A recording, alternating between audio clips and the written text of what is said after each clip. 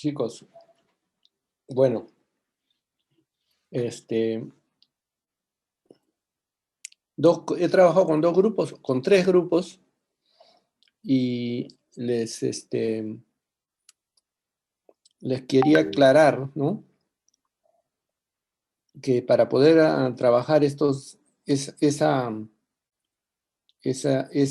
pregunta, lo que tienen que hacer es leer la grilla, leerla. Ustedes ya saben leer de un archivo, en este caso, pueden prepararlo como un archivo CSV y lo leen como un archivo CSV. O también lo pueden tener como un archivo Excel. Cuando lo leen, usando las funciones y utilidades que ya hemos visto, lo que va a suceder es que lo van a leer y se va a convertir en un data frame, ¿no?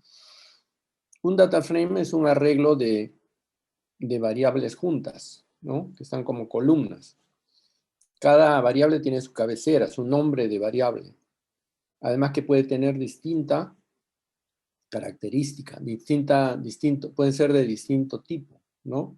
Ya hemos visto que pueden haber variables que pueden ser textuales, variables que pueden ser categóricas, variables que podrían ser inclusive fechas, ¿no? Variables que son números enteros, variables que son números reales, ¿no? Entonces, el data frame es así, un juego, un conjunto de variables que pueden ser distintas. Para el caso de la pregunta, lo que tenemos en realidad es una matriz de datos que todas son del mismo tipo. Entonces, lo mejor es convertir esa data frame a una matriz, ¿ya? Y teniendo la matriz, después la podemos descomponer en dos, o podemos referirnos a partes de esa matriz y extraer muestras, ¿no? De estas dos. Vamos a mostrar rápidamente, porque no tenemos tiempo, que tenemos que mirar lo que es introducción a análisis y varianza, ¿sí? Porque no lo han visto todos. Un ejemplo.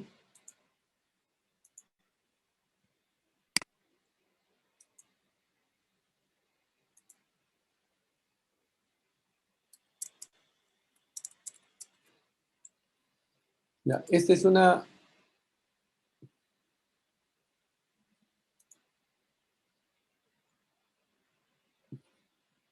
Aquí tenemos una matriz que ha sido leída, ¿no? De un archivo Excel. Y en este caso se ha convertido en un data frame, ¿no? Que acá se ve el data frame, como dice, son 25 variables que tienen cada uno 40 observaciones. ¿Ve? Si uno quiere ver las características de las variables, aquí ve la... En este caso, todas las variables son de tipo numérico y son homogéneas, ¿no? Pero en otros casos ya sabemos que pueden ser de distinto tipo. Después de haber leído y a tener el data frame, lo convertimos, este data frame, miren, aquí con esta función le estamos convirtiendo en una matriz, ¿ya? Ahora, la matriz es esta. Si bien conserva los nombres de las variables con que entró, en realidad, si ustedes se fijan, aquí ya estamos indicando que son 40 filas por 40 columnas, ¿ya? Ven que es distinto que el data frame, ¿no? En este caso ya se señala esa dimensión en filas y columnas, ¿no? Si vemos esa matriz, la desplegamos acá, esta es la forma que tiene, ¿ven? Ya no son números, 1, 2, 3, etcétera, como se ven en el caso de un data frame, simplemente números secuenciales, sino que entre corchetes están definiendo que se trata de filas de una matriz. Aquí, si bien están nombres de las columnas, se mantienen los nombres de las variables, esto en realidad también podemos referirnos, y cuando las si las llegamos a crear directamente, vamos a tener otra forma de representar, que va a ser corchete, coma, 1. Este es el cierro corchete. Acá abro corchete, coma, sin ningún número, coma, y 2, y así sucesivamente, ¿no? En esa forma nos referimos a todas las filas, a cada fila, y a todos los valores de cada. Entonces, como ven ustedes, son distintas las matrices que las data frame, ¿no? Entonces, después, ¿qué se está haciendo? Acá se está generando una submatriz, ¿no? Para información, digamos, que dice que de la matriz esta completa, sacamos desde la fila 1 hasta la 20 todas las columnas. Igual acá, ¿no? Para esta submatriz, sacamos desde la columna de la fila 21 hasta la fila 40 de todas las columnas. Ahora, todavía seguimos aquí. Fíjense cómo esta submatriz, que es una matriz, ¿no? Solamente que tiene, le estamos llamando submatriz porque se ha generado de una matriz anterior, ¿no? Pero es una matriz que tiene 20 filas por 25 columnas. Estamos convirtiéndola en vector. Se llama ahora vector A.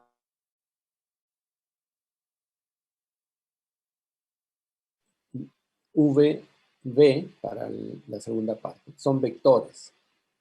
¿Ya? ¿Cuál es la apariencia que tienen en ese caso? Ya son los vectores ya no tienen, digamos, la forma, ya no tiene un identificador de columna. Simplemente lo que tenemos es una tira de datos, ¿no? Y como ven ustedes, cuando imprimimos, se ven en esta forma, ¿no? Acá tenemos 500 datos, ¿no? Es decir, la mitad superior. Si escribiéramos VB, tendríamos de la misma apariencia, 1, etcétera, y los números, etcétera.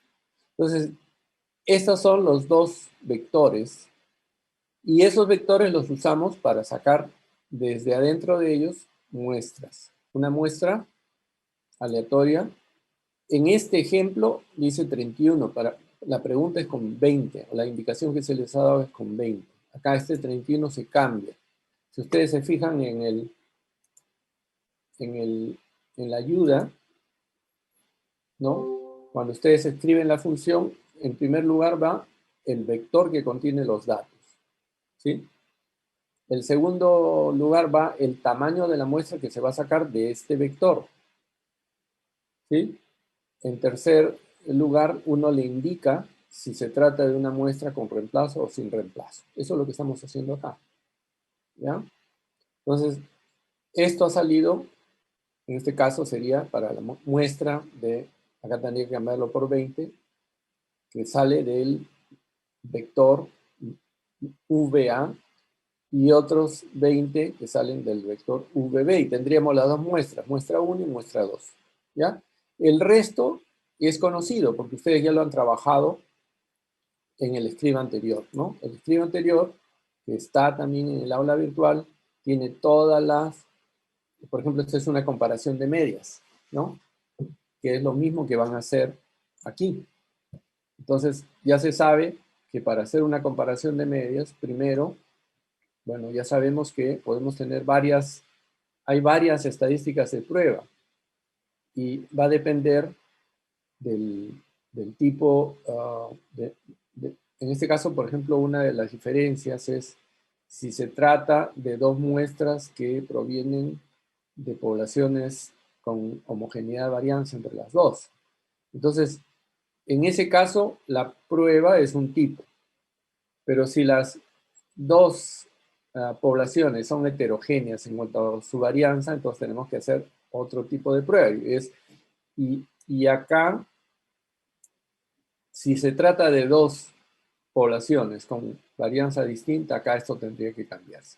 Ahora, ¿cómo se prueba? Eso se prueba con esto, ¿no? Es decir, hago una comparación de varianzas. La comparación de varianzas es, en realidad, es una razón de varianzas, ¿no? Es decir, divido una varianza entre la otra.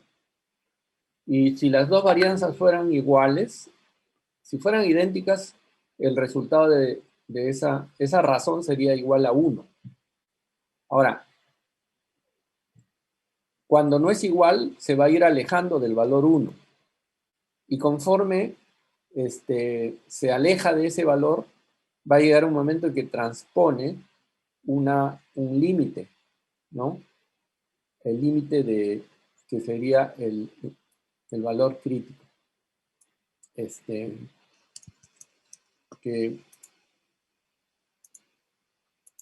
sea,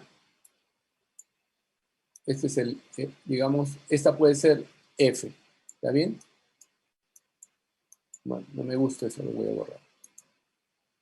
Ya, ok, voy a volver a escribir porque está muy feo.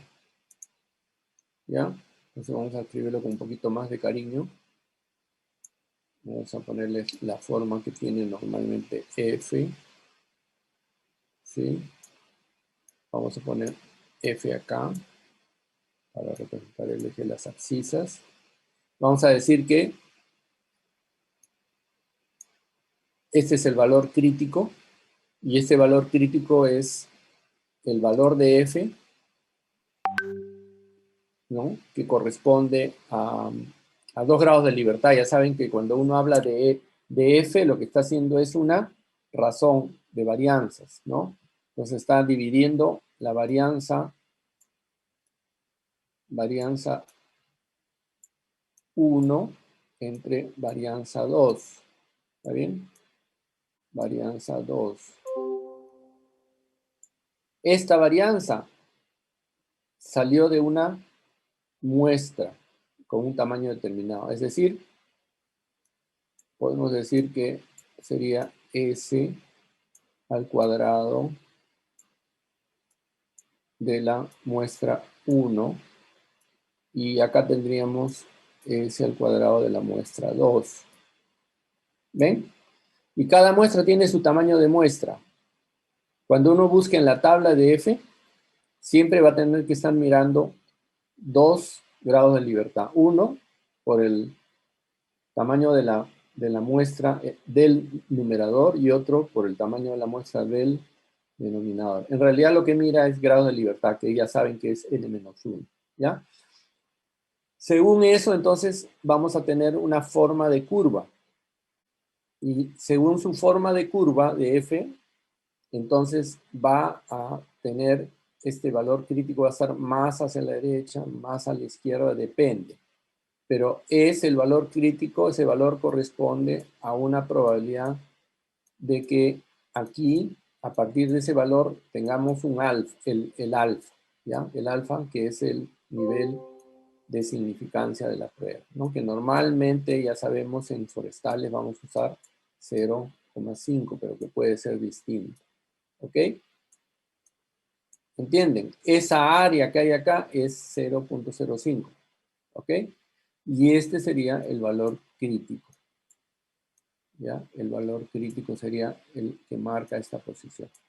Cuando uno hace la prueba de F, normalmente va a estar tratando de ver si este valor F se aleja mucho del 1, que corresponde a igualdad de las dos varianzas, ¿no? Dos varianzas idénticas van a dar 1 como razón de varianza, ¿sí? Pero conforme las dos varianzas se vayan haciendo distintas, mientras más distintas sean, el F que va a estar produciéndose como razón va a estar más hacia la derecha, ¿no? Entonces, hay un punto en el cual nosotros decimos, ya no puedo considerar que son iguales las dos varianzas. Y es cuando transpone el valor crítico. Y cuando transpone el valor crítico quiere decir que está A partir de ahí ya el valor que le corresponde a ese f es menor que 0.05. Cuando nosotros vemos los resultados, aquí nos fijamos en esto, el p-value. ¿Ven? Cuando el p-value es menor que el alfa, entonces rechazamos la igualdad de las dos varianzas. ¿Sí? Decimos que ya no podemos considerarlas iguales. Pero si es mayor, y en este caso fíjense, es tremendo el valor del p-value. ¿Qué quiere decir? Que no rechazamos hipótesis nula. ¿Qué quiere decir eso? Que las dos varianzas son iguales, ¿ya? Eso es lo que quería apuntar acá, ¿ya? Entonces, si ya sabemos eso, que las dos varianzas son iguales, entonces, aquí tenemos que corregir esto, ¿ven? Y acá tenemos que poner en la prueba de T que esto es igualdad de varianzas true, ¿verdad? ¿Ya? La prueba ya saben que es de 2 colas, etc. Eso es lo que quería decirles. Y cómo hay dos preguntas. Hay una pregunta que les hice es igualdad de las dos medias, ¿no? Igualdad de dos medias. La otra pregunta era la varianza. Es decir, las dos mitades de ese bosque, decíamos, son de distinta variabilidad. Pero acá estamos comprobando con esto que no son de distinta variabilidad, que son semejantes en cuanto a variabilidad. Entonces, con esto estamos respondiendo a la segunda pregunta. ¿Ya? ¿Correcto? Ok, chicos. Entonces ya tenemos la forma. Ustedes tienen que hacer el script, tienen que elaborar el script. ¿Ya? Vamos a dejar de compartir. Y ¿hay alguna pregunta? No se olviden de marcar asistencia. ¿No hay preguntas? Entonces, queda en sus manos que hagan ordenadamente, respondan la pregunta planteada, ¿sí? Una variante sería que,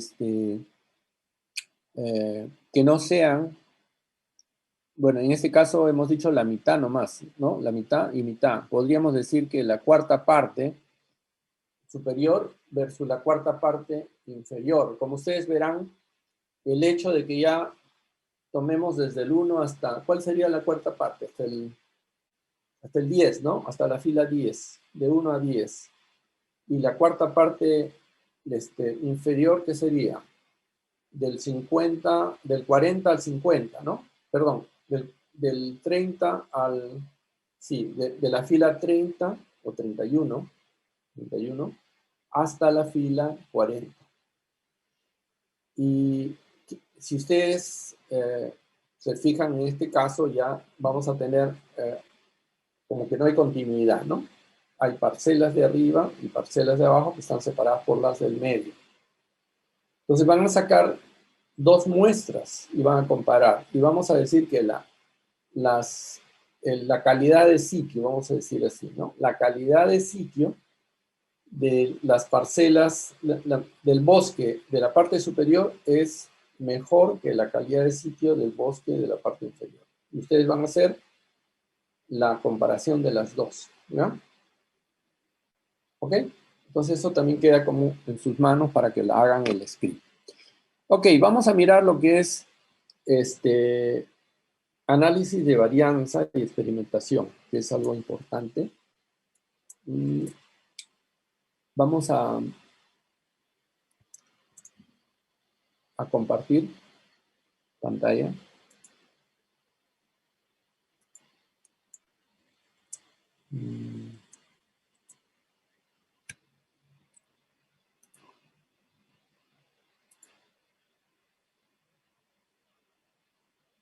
Ya, ok, miren. La separata que tienen ustedes que leer para esto es la separata 11, ¿no? Aquí hay una guía, ¿no? Muy básica de lo que es experimentación, ¿ya?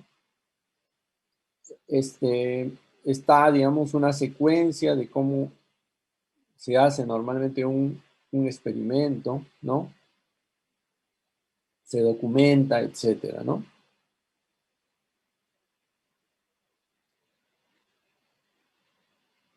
En todo caso, hay acá definiciones, las tienen que leer, ¿ya? Tienen que leer esas definiciones. Esto entra en la prueba, el paso final y en el examen de medio de final, ¿ya? No se olviden que tratamiento es cualquier, digamos, digamos, dosis o, eh, como digamos, o metodología o producto en el que al cual se hace, digamos, se somete, ¿no? Aparte de a una parte de los sujetos del experimento. Los sujetos del experimento, ¿no? Como acá se señala, se llaman lo más, ok, entonces, lo más individual que se puede medir se llaman las unidades experimentales, ¿no? Cuando las unidades experimentales son personas o animales, se le llama sujetos, ¿ya? Entonces, una unidad experimental podría ser un juego de 5 plantas, ¿no? Podríamos agarrar y entonces de 5 en 5 los manejamos como unidad experimental, ¿no? Entonces, cuando querramos medir el crecimiento, entonces el crecimiento de repente lo medimos como altura promedio, ¿no? De las 5 plantas que se están considerando la unidad experimental, ¿ya? Pero las unidades experimentales también pueden ser los individuos mismos, ¿no? No necesitan ser grupos de individuos, sino también pueden ser individuos. Pero la idea es que sean comparables, ¿no? Si yo tengo 5 individuos para medir el crecimiento en el caso de un tratamiento, entonces en los otros casos también deberíamos tener la misma forma, es decir, 5 individuos, ¿no? Ok, entonces la unidad experimental es la entidad más pequeña en la que se puede aplicar un tratamiento, ¿no? Entonces, esto es importante que lo lean, ¿ya? Es bien importante también el error experimental, ¿no? Es decir, es la variación que existe. Siempre va a existir variación entre los sujetos en una población, aún en los sistemas industriales más eh, prolijos, digamos, más desarrollados, siempre va a haber variabilidad. No hay posibilidad de que sean completamente homogéneas. Entre los individuos, eh, digamos, los elementos biológicos, ¿no? Los sujetos vivos, hay más diferencias, ¿no? La genética nomás ya es una diferencia. Pero aún, fíjense que los, eh, los, eh, los mellizos o los gemelos, ¿no? Que genéticamente se dice que son idénticos, tienen diferencias entre ellos, ¿no? Entonces sí hay diferencias, y hay diferencias en cualquier caso, y nosotros vamos a trabajar normalmente con elementos vivos, ¿no? Con individuos. Pero también podemos trabajar con maderas, con piezas de madera, ¿no? Con postes.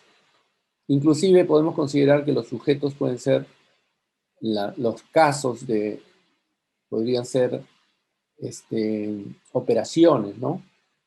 Por ejemplo, una eh, eh, medición, o cómo sería, una medida, ¿no? Medición, determinación de una carga de transporte de madera, ¿no?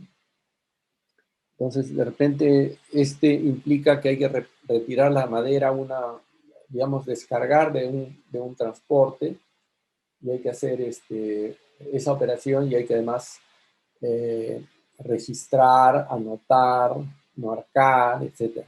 Y esto, para fines administrativos, lo que nos interesa también es cuánto demora, ¿no?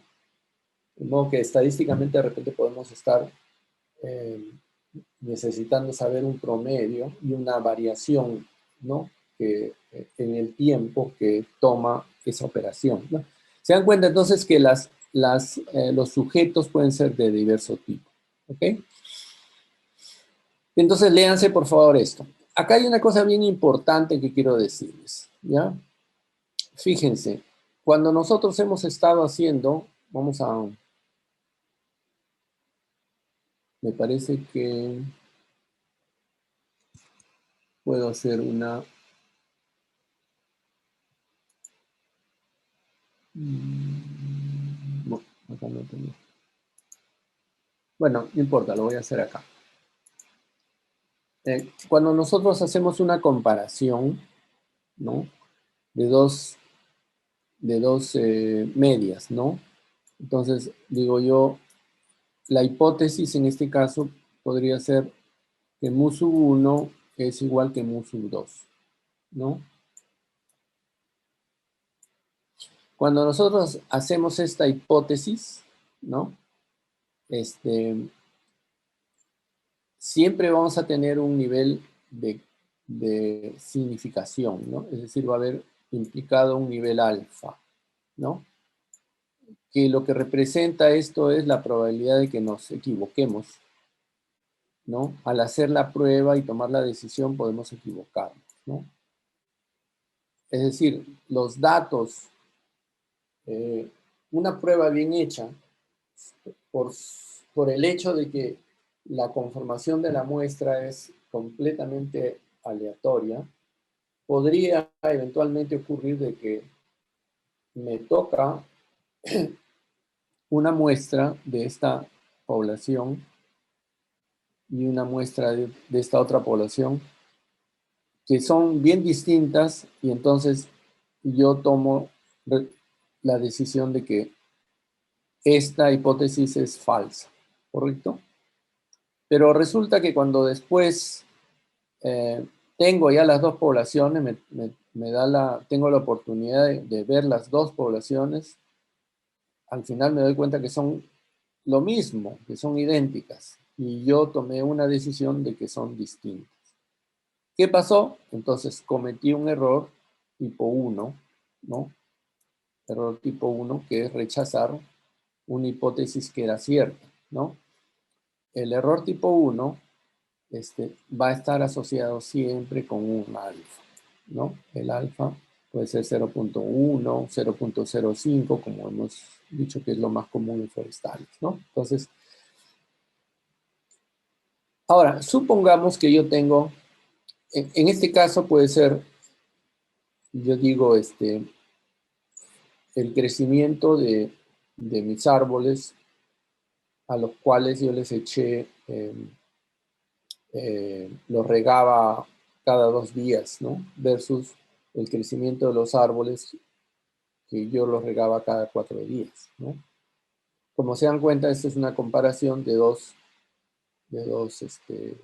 digamos, poblaciones, ¿no? Es decir, la población de todos los árboles que se riegan cada 2 días y esta es la población de todos los árboles que se riegan cada 4 días, ¿no? Acá estamos haciendo una comparación de 2 medias. ¿Qué pasaría si yo no tengo 2 tratamientos, sino yo tengo 3 tratamientos, ¿no? Entonces yo tengo 3 tratamientos. Entonces ya no es una comparación como esta, sino es una comparación que ya implica 3 promedios, ¿no? 3 poblaciones representadas por sus promedios. Entonces, si yo tuviera que tomar una decisión sobre la igualdad, bueno, una forma es que yo compare esta con esta, y si son iguales, ya puedo decir que estas dos son iguales, pero no puedo decir nada de esta, no puedo decir si esta es igual. Entonces, ¿qué tengo que hacer? Tendría que comparar estas dos, ¿no? Y si estas dos fueran iguales, y yo comparo esta con esta, ya supongamos que me sale igual, entonces, ¿qué quiere decir? Que las tres son iguales, ¿no? Fíjense que esta comparación ha tenido un alfa, es decir, un nivel de significancia de A igual a 0.05.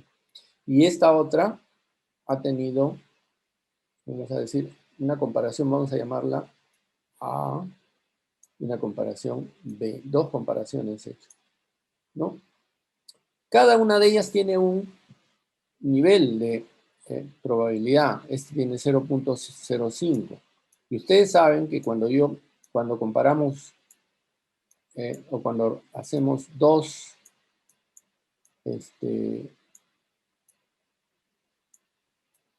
establecemos dos probabilidades de forma sucesiva, la forma de saber cuál es la probabilidad total es multiplicar las dos, ¿no? Entonces, si ustedes se dan cuenta, esto debe salir, ¿cuánto sale, chicos? 0.0, seguramente sale 0.025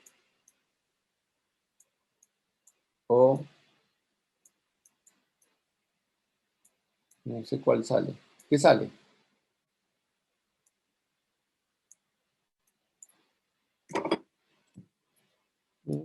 .05 al cuadrado. El primero, profesor. Ok, entonces, se dan ustedes cuenta de que conforme vamos,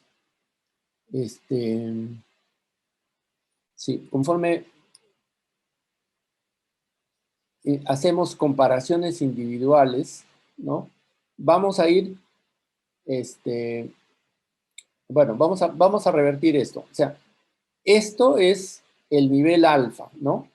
Esta es la probabilidad que me equivoque, ¿sí? Pero vamos a decir la decisión, vamos a invertirla y vamos a decir que vamos a hablar de confianza, ¿ya? Yo voy a trabajar con confianza. Vamos a cambiar de color, vamos a usar este. Y vamos a decir que, entonces acá tengo 1. Acá tengo 1 menos alfa, ¿ya? Y acá también tengo 1 menos alfa, ¿sí? Es decir, acá tengo 95% de confianza y acá tengo 95% de confianza, ¿ya? Entonces, la confianza total es el producto de los dos. Si yo multiplico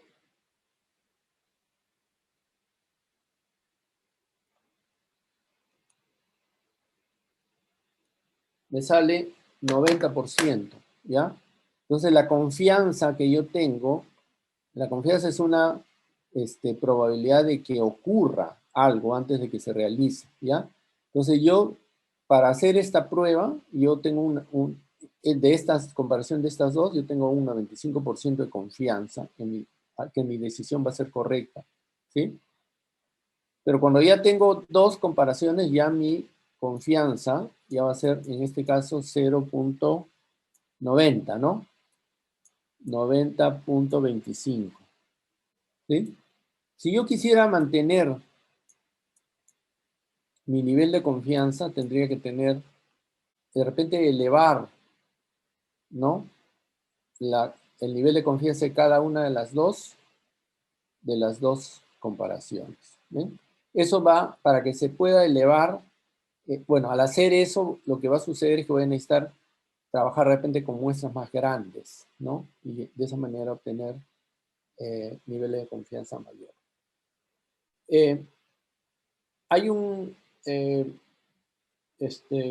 investigador que creo que todos lo conocen, Fisher, que era un estadístico agrícola, que desarrolló las pruebas para que en vez de que estemos comparando sucesivas, o sea, haciendo sucesivas diferencias de medias, él dijo, vamos a hacer otra aproximación, ¿no? ¿Y qué hacemos? Descomponemos la variabilidad, trabajamos con la variabilidad y descomponemos la variabilidad y hacemos que la variabilidad o la variación que existe en una población la la podemos segmentar o descomponer en partes. Y podemos decir que una parte puede deberse por ejemplo, a los tratamientos, ¿no? Es decir, si hay diferencias entre los individuos, ¿ah? Porque al final es eso, ¿no? Nosotros estamos comparando esto porque nos interesa justamente ver si en mi población hay diferentes, digamos, resultados como prueba de los experimentos, ¿no? Esto representa todos los individuos que han recibido un tratamiento, esto, todos los que han recibido otro tratamiento, esto, todo lo que han recibido otro tratamiento. Entonces, cuando yo distingo la variabilidad, puedo atribuir a dos razones. Una razón es al tratamiento, ¿correcto? Es decir, el tratamiento me va a hacer que haya diferencias entre ellos. Pero hay otra razón o fuente de variabilidad que es el error. Y el error es algo que existe en general, como decimos, de todas maneras entre los individuos, ¿no? Entonces, la aproximación, voy a borrar todo esto, ¿ya?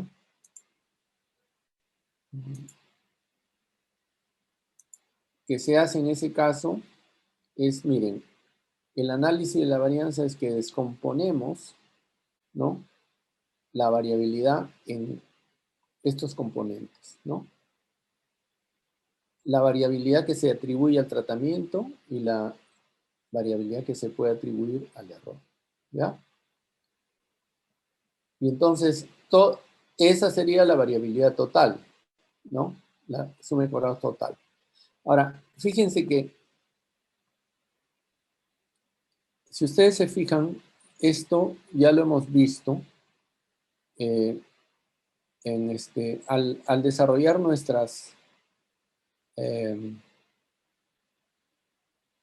cuando hemos calculado lo que es la varianza en las tablas, ¿no? Tabular, yo quiero que se acuerden, hemos dicho cómo calculo mi suma de cuadrados, ¿no?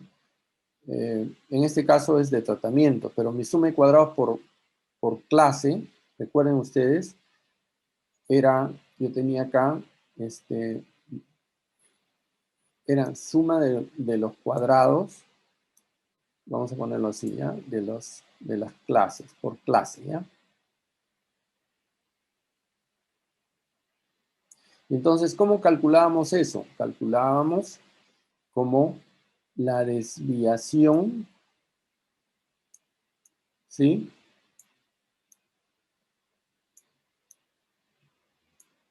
¿Sí? Al cuadrado, ¿sí? Que hay entre la marca de clase y el promedio, ¿no? Ponderado. ¿Ven? Esto lo elevamos al cuadrado y esto es la desviación al cuadrado. ¿Ven? Entonces, ¿cuánto se desvía? O sea, la desviación que ocurre. En este caso era marca de clase, en este caso sería tratamientos. ¿Ya? Entonces, la suma de los cuadrados de clase viene a ser eso. ¿Cuánto se desvían los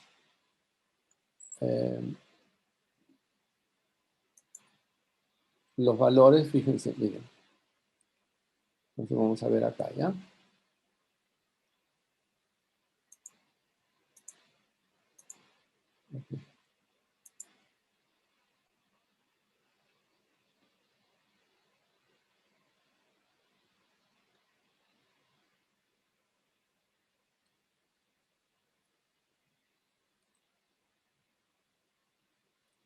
Esto es importante que ustedes se lo graben, chicos, ¿ya? Entonces, esta es la tabla de la ANOVA o de la AMBA, ¿ya?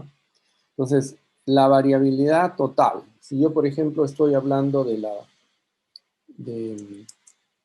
veamos, vamos a ver si está.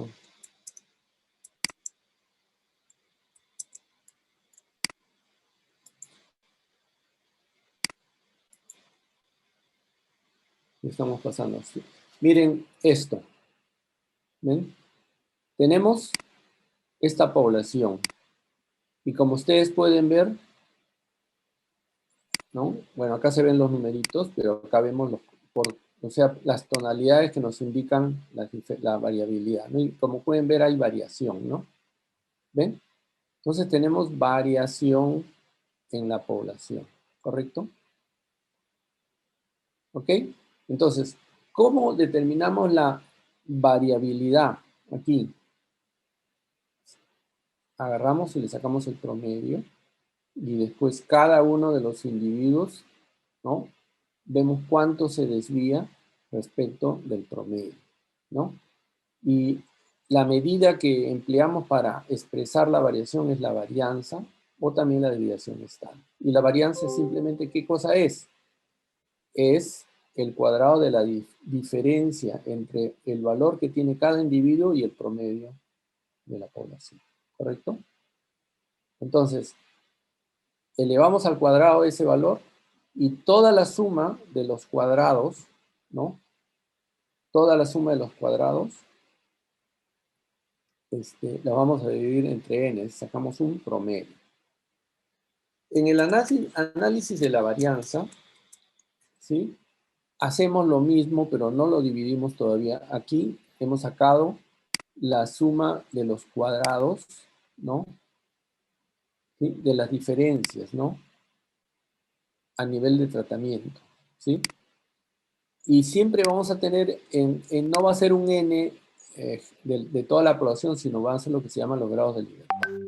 Y estos grados de libertad van a estar calculados según el componente, en este caso, los tratamientos, ¿ya? Si yo tengo 4 tratamientos, entonces los grados de libertad van a ser 3, ¿ya? Y esta suma de cuadrados de tratamientos va a salir restando, ¿no? El valor de, de los valores que tenemos en cada uno de los diferentes elementos, individuos que participan en la prueba, menos, ¿no?